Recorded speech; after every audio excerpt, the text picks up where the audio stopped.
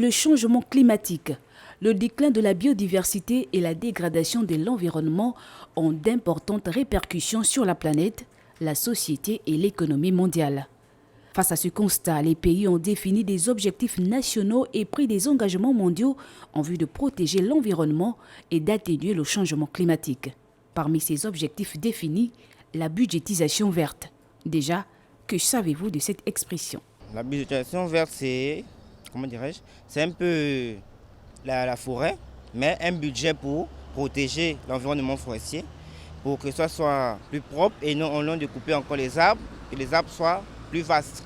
La budgétisation verte, j'avoue que c'est une vague idée pour moi, parce que de façon concrète, mais je pense toutefois que c'est une situation qui est certainement bonne pour le pays et qu'il faudra véritablement mettre beaucoup plus d'action à ce niveau concernant la budgétisation verte.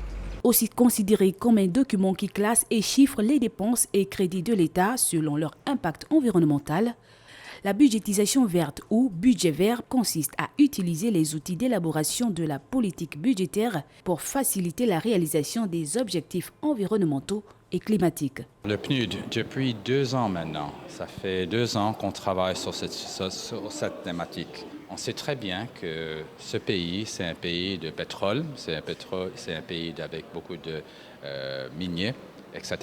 Ça va continuer. Mais aussi, il faut réfléchir à l'avenir.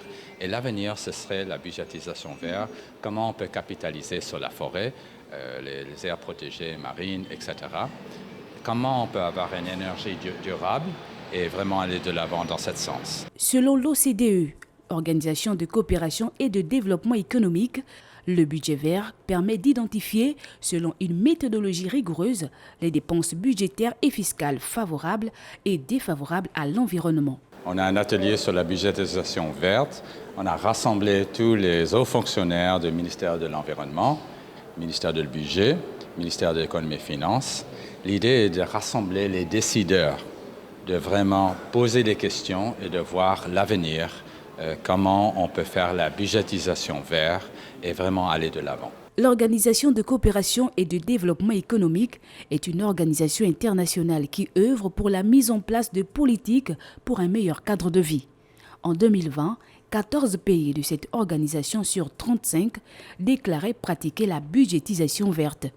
Certains le font depuis longtemps, comme l'Italie, depuis 2020, tandis que d'autres s'y sont mis plus récemment. C'est le cas de la France.